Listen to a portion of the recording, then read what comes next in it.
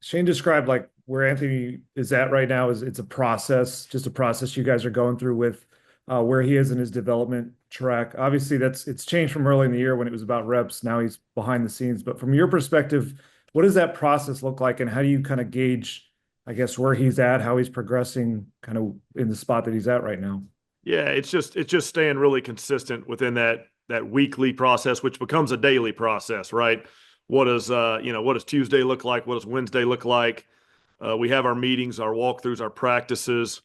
Uh, those are scheduled out. What's the process around that? How can we improve that? How can we become more consistent within that? Each day is a little bit different.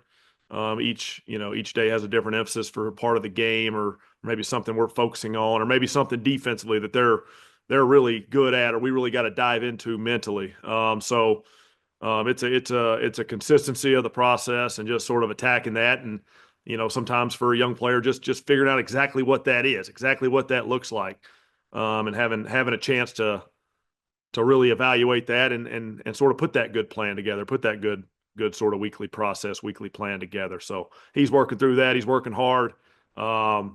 Just sort of keep on working. We're going to keep on working. Just to follow up on that, I mean, do you find yourself, do you have a chance to kind of watch his practice film and really dive into how he's doing right now, or is that something that is hard to balance when you have, a game plan to put together and everything else to try to win a game? Yeah, we're able to watch sort of all sides of the ball around here. Now, obviously, when we're preparing for an opponent, you have to be mindful of your time and mindful of how you spend that. But yeah, we're able to to watch some of that stuff and evaluate some of that stuff and maybe have some notes or pointers as we go along the way for sure. James. Jim Bob, obviously the last few weeks hasn't been the greatest on offense. What do you think has been the theme there? And I guess how do you all get rolling and just generate, I guess, more consistency?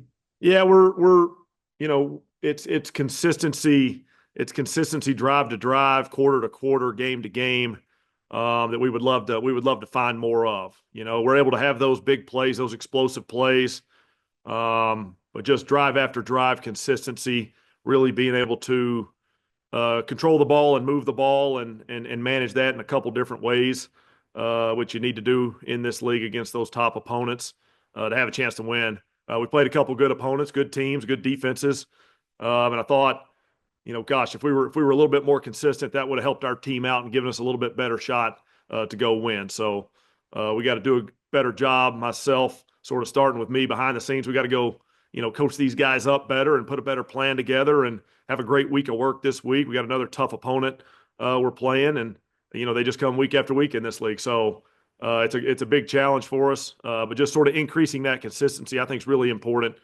Play after play, drive after drive, game after game. Then one quick follow-up. What's the balance of, all right, as an offensive coordinator, as a team, as coaches, you have to put your players in better positions to succeed. But then also, how much does Joe just wear whatever he didn't do right? Because he seems like a guy who doesn't run from accountability and things like that. How much does he weigh? I'm sorry, I missed the middle I part of guess that. how much does he just, I guess, own it in a sense? Like, what's the balance of that? Like, okay, we know we have a guy in there who's not going to make any excuses for how he's played, so it's not just all on us, but he knows he has to perform better as well. Like, what's that balance like? Yeah, I think accountability is a key part of a successful NFL team. It goes all around. It's you know coach to player, player to coach, player to player. We're all accountable to each other. We got a bunch of good guys who are pushing to be that way, pushing to sort of we're trying like crazy to go compete and win these games. And as you go do that, anybody out here, coach, player, any of us, we're not going to be perfect. We're going to make a few mistakes along the way. And I think accountability is a real key aspect of improvement, getting better. You go through your good stretches and your bad stretches in a season, and a lot of times, sort of having the ability to say, "Shoot, I made a mistake on that one," or I want that one back," can help you sort of avoid that mistake in the future. So accountability is definitely something we talk about, something we believe in. George. Jim Bob, as you go through this process with Anthony, have you seen growth from him in the last couple of weeks as he's been kind of out of the public picture? And how do you internally measure that growth? Yeah, he's working and improving and getting better behind the scenes. We're always we're in so many of these meetings. We're in this building. You guys have been in this building. We're all in this building. We pass each other in the hall. we're all sort of working to put the best plan together for the guys, and oftentimes they're stopping by, checking in on, shoot, what's on that first and second down game plan, or what are we doing on third down this week, or hey, what'd you think about this blitz? It's a little bit of a common thing around here, around NFL buildings, where guys are in and out of different meetings, whether it's an official meeting or just those guys sort of studying on their own. We're able to sort of communicate with them and work with them and help them where needed. And obviously we're doing our sort of game planning and all that stuff as well. So we're just all keep working, keep improving, working on sort of the consistency of our process all around. That's all of us. A couple more here, Joel. You guys flip-flopped Alec over to Pitt's spot and played AD and Alec's spot. Do you think that helped AD just from a being comfortable standpoint from what he's done so far to get to this point? I'm sure a little bit. Alex, he's a veteran guy, been around, learned the offense, kind of knows the nuances. We've moved him around a little bit in the past also, so sometimes there's just nuances to the alignments, nuances to the formations. And Alec, had a little bit of background doing that. We thought that would serve a purpose to maybe make them both a little more at ease within the whole situation. We're able to manipulate formations as needed to get guys where we want them, pretty much. So from a learning standpoint, a weekly process standpoint, we thought that was probably the best. And both those guys went out there and played some good ball, did a good job with their role. So guys did a nice job with it. Last two, we'll go James and then Nate. Jim Bob, circling back to the process thing with AR, we've heard you mentioned that, Shane mentioned that it's sort of vague, quite frankly. But with Anthony, is it unvague for him? Like, is it clear? Do you think that he understands fully what is expected of him, in whatever role he is with this franchise at the moment?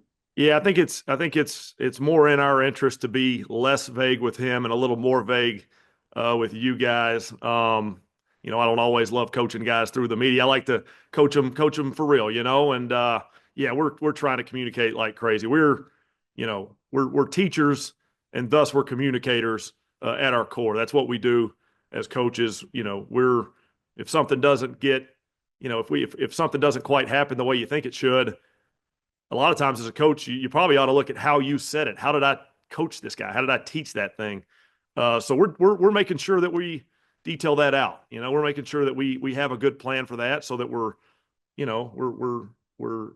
that process is getting more consistent as these weeks go, and Anthony and all our guys have a clear view of what that is and what that maybe can be to be a little bit better. But yeah, vagueness is a key. Sometimes sitting in front of this big screen TV here with the microphone, but the opposite is a little bit better with the players, I think, sometimes. So Respect. Thank you. And last question from Nate. All right. Well, I'm fearing the vagueness a little bit, but just wanted to ask you about Jonathan Taylor, because it seems like there's been a thing this year where you guys have run him early and he's having success, and then get to the fourth quarter and he doesn't seem to have as big of a role. Do you find, is that related to like the score? Does the score dictate that? Is there a point in the game where maybe you're looking to give him a break that just aligns with that? And would you like to see that? Does that need to change to where he becomes a bigger player in the fourth quarter for you guys? yeah, I think I think there are multiple sort of whys for that. A little bit of that is the score. Sometimes, at the end of those games, and you don't want to find yourself down multiple scores late in games, but a little bit, a couple times this year we have. That's going to skew towards the drop back pass game, and that's going to take the ball out of the hand. At least the running game. Now, those guys caught some balls last week late, but it's going to change the plays that you call. That's just sort of situational schematic stuff. That'll happen sometimes to you in a game, and vice versa will happen. We'll have some 4-minute going at some point where we're handing the ball off quite a bit. We're searching for more consistency, and that includes the entire offense. That includes the run game. Gosh, we hit some huge ones last week, but we can be a little more consistent. We can operate a little more consistently. That'll help our team get a little bit more consistent, because 1st and 10 will go to 2nd and 5 or 2nd and 3 or even another 1st and 10. That's the whole offense. That's us drawing them up, here this week and teaching the guys and executing it. I think the more consistent you are in the run game, that feeds into more run calls and feeds into maybe future run game consistency. So we're working on doing our jobs at a higher level as coaches so that our guys can go out there and play really, really, really fast. And the game situations are going to dictate some stuff. That's just the nature of this business here. But shoot, JT popped a few really good ones the other day. We'd love to keep pushing and grinding and trying to find those holes for him so he can go pop a few more.